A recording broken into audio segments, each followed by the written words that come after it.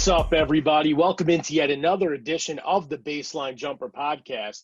My name is Jason Goldstein. On the line with me is a man who, when I asked him if he wanted to do the show tonight, he met me with eye rolls and stares of bewilderment because he just didn't want to do the show tonight. And I just want to run it back with the same team. And he doesn't want to let me. He doesn't deserve a better intro than that because he's so just rolling his eyes all the time. But Ben McDonald, I mean, Ben. Sorry, I'm why so many concerned for eye your rolls? health. Sorry I care. Sorry I'm not sorry. But That one went right over your head. I was referring to what happened when the Clippers were eliminated in shocking fashion last week. Paul George allegedly got up in front of his teammates and he said, let's run it back, same pieces, couple guys are free agents. Let's do it again. And he was met with eye rolls and stares of bewilderment. I thought you were going to get that. It has nothing to do with my health. I know you care. See, clearly, you're at 100%. You're obviously at 100% because you're making these references that are going over my head. 2 hours on the couch watching Agents of S.H.I.E.L.D. will do that to a person. I feel so much better. Work done and got me a stress fever today, but I'm back. You know what? I give you credit, too, because speaking of the Clippers, I think your effort right now may be a little bit higher than some of the Clippers players in that Western Conference Finals.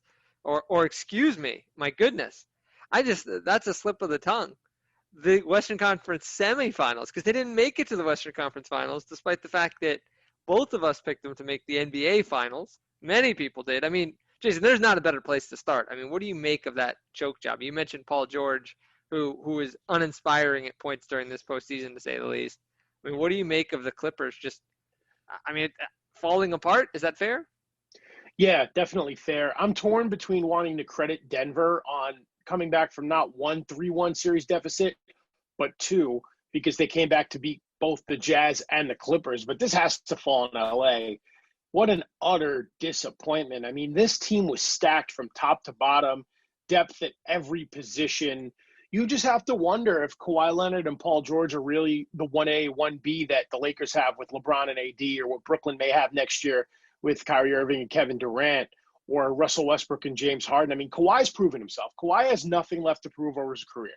So for everyone calling for his legacy to be shot, Stephen A. Smith, you have another thing coming. This man has won finals MVP in both conferences. He has nothing left to prove.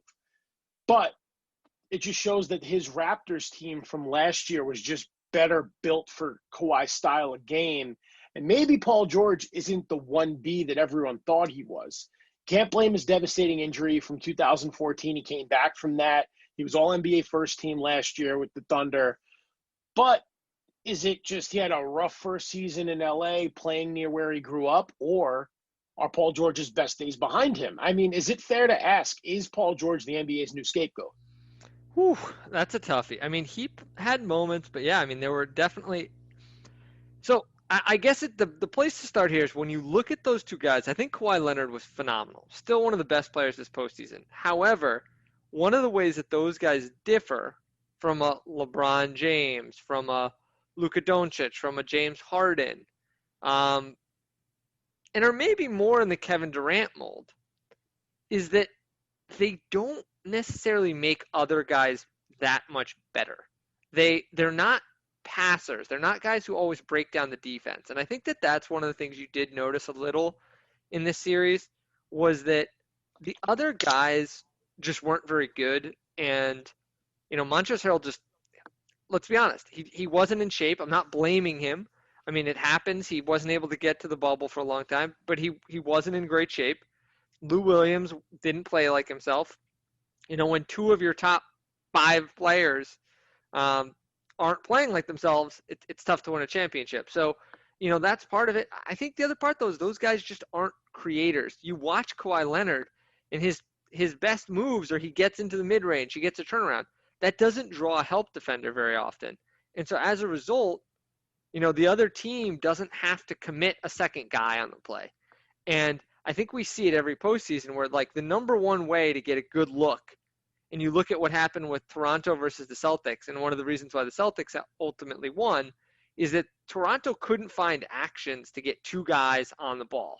And so that just makes your life so much harder. And I think when you don't have two guys on the ball and your two best players are not natural creators, it puts a lot of pressure on your offense to get consistent offense. And I think that one of the things you noted, if you watch this series, there were just these huge runs where the Clippers won a huge run. They just decimated the Nuggets. And then all of a sudden the Nuggets came back and they had a huge run. And part of that's defense, which falls on Harrell and those guys. But also I just think, to your point, I don't know if he's the scapegoat, but Paul George and Kawhi Leonard, they're not guys who are going to make everyone around them better. There's not that many guys who are that good in the league. And I think it really hurt them in this series. And for Kawhi, like if Paul George can't score 30 points, can he make other offensive contributions? I think that's the question. And I think it's the same question we've had for a lot of his career. Now, I pose that question because the type of flack that the internet is giving Paul George is reminiscent of LeBron James in 2011 after that Mavericks series. I mean, he is getting abused top to bottom, not just by fans and keyboard warriors, but actual players. You know, it's been reported that this team just doesn't like each other very much. And they're cool with Kawhi, but when you have all these players brought in that want to win championships, Marcus Morris, Joakim Noah, Reggie Jackson, who's tight with Paul George, obviously, Pat Beverly, Lou Williams. I mean, these guys just don't like Paul George. And I don't know if this team is going to be able to run it back together if they don't learn to get along. Because I think heading into next season, depending on, how the rest of these player movement, trades, free agency, whatever happens when the offseason begins. But, dude, they still could be the title favorites if they run back the same team. I think this could be a learning experience for them. But this is unacceptable. I mean, I had them winning the whole thing. And now two of the Lakers' most formidable threats, the Bucks, which we did a postmortem on last week, and the Clippers are done. And it's a 4-team race, and it's very exciting, but the Clippers just utter disappointment. And let's not discount the Nuggets. I mean, they came ready to play. They're running into a wall, which we'll get into next. Anthony Davis and LeBron are just playing too well. But this Nuggets team, Nikola Jokic, Jamal Murray, 4 Game 7s in 2 playoff runs. They've won 3. You want to talk about playoff experience? Yeah. These guys are not afraid of the moment. So I think it's like 60% Clipper blame for me and 40% like, holy crap, the Nuggets are a very good basketball team. You got to put some of this on Doc Rivers, too. I mean, this is the 4th 3-1 he's being exposed. I don't know how he has as long of a leash as he does. Look, I hate throwing around the word overrated because these guys are really good. They're at the top of their game. If you're an NBA coach or an NBA player, you are the best of the best. You are the 1% of the 1% of the 1% of the world if you make it there. So, this is not me crapping on Doc Rivers, but look, his time as a top 10 coach in the league is over, and it's been over. And I don't know why he gets so much respect as that guy when he's just not it. I mean, he's a great leader. That's what it is. But he's gotten way too long of credit for one championship with the Boston Celtics. One. Which, by the way, Tom Thibodeau was the defensive coordinator for. He had Paul Pierce, Ray Allen in the late stage of their prime. Paul Pierce, Kevin Garnett, Ray Allen, and he had Rondo, plus a bunch of role players who were pretty solid. I mean, that was a really good team. That you know what? I mean, I'm not trying to pour dirt, but that was a weak year. I think the 2014 Clippers with the Donald Sterling mess was better than that 08 Celtics team. That team should have won it all if Sterling didn't intervene. And people forget too how the one thing that people always forget about that team is that the Spurs won the year before. And that was the year that they absolutely dismantled the Heat. And in the first round, because of the seeding, it ends up being Clippers-Spurs. And the Clippers pull it out. Now, the Spurs didn't win before. In 2013, that was the Heat's second championship with the Ray Allen shot. That was the second Spurs title. So that was 14. That was the Donald Sterling year. No, because the year that the Clippers blew 3-1 to the Rockets, they beat the Spurs in the first round, who had just come off a title. Kawhi Leonard. That was 2015 postseason that happened because the Spurs won in 14. Right, but what I'm saying is that the 3-1 lead that they blew to the Rockets in that postseason. Yeah. I know what you're saying, but I'm saying that 14 team was better. They just had the distraction of what happened with Sterling and those players weren't in it. That 15 team did blow the lead. You're right about that. But I'm saying the 14 team, I mean, it was virtually the same roster, but that 14 team had it. They had it. 15, I mean, that's just one of Doc Rivers', blown I leads, think which that's the team exposes that him as a wins, coach. though. I mean, if you look at it, the year in 14, that was the year the Spurs just ran through the league during the postseason. They crushed the Heat at the end, and then the next year, the year that the next year when the Clippers beat them in the first round, I think you could make the case that the Spurs were one of the top 2 or 3 best teams in the league. They were, but Golden State caught lightning in a bottle. That was that's the thing, start though. of that But run. you know what? The Warriors didn't even have to play the Clippers, who would have given them huge problems that year. That could have been a really problematic series for them because people just think, oh, the death lineup, Andre Iguodala going small, all this stuff. They didn't even do that until the finals. And that was the year that the Clippers really had a chance. I think you could make a case in 15 they were the best team in the league because the Warriors were not there yet. They didn't have the pedigree. They didn't. It wasn't the 72-win team. This was the year before. So I think that that's a team. But at any rate, all that is to say, Doc Rivers, I think his best coaching days are kind of behind him. I think that the newer coaches are just ahead of him, and I don't think Mike Malone is the best coach in the league, and he just won a series with less talent, flat out, than the Clippers did, and some of that has to come on your coaching staff if that's what happened. So, I mean, to me, that's where a lot of this blame should lie is with Doc Rivers, and he said it himself. He took responsibility, as he should. He overplayed Montrezl Harrell. He made some questionable decisions. They didn't work. There you go. And the Clippers are home.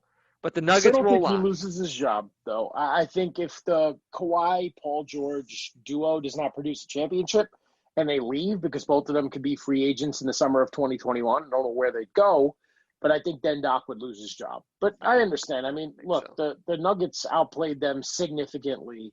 I think Doc's got one more chance. But, yeah, I mean, he's blown a lot of 3-1 leads. It's crazy to think about. It is. But the Nuggets have rolled on, and let's focus on them, Jason, because they continue to play. Game 1, as we've seen in parts of the Nuggets' previous series, the Nuggets just got outplayed in Game 1. It wasn't particularly close. Game 2, it looked like more of the same for large stretches of the game, and then the Nuggets that we've seen, the resilient fighting Nuggets come back, Jason, in Game 2. Nikola Jokic goes supernova, scores all of their points at the end of the game, and suddenly the Lakers are down 1 with something like 18 seconds left. Jamal Murray blocks a shot, and then, Jason, Anthony Davis has his playoff moment, hitting a wild 3 to give them a buzzer-beating win. I mean, first of all, before we get into the rest of the series, I mean, what did you make of that shot, and what do you make of that for Anthony Davis's playoff legacy? Kobe! So cool, man. He hit that shot. I mean, Mason Plumlee, I don't know why he stayed with LeBron. Him and Jeremy Grant kind of doubled LeBron, and then Jokic was forced to help out. And, I mean, he was inches away from deflecting that shot, but that was a career-defining moment for Anthony Davis. He's been in the league 8 years, multiple-time All-Star.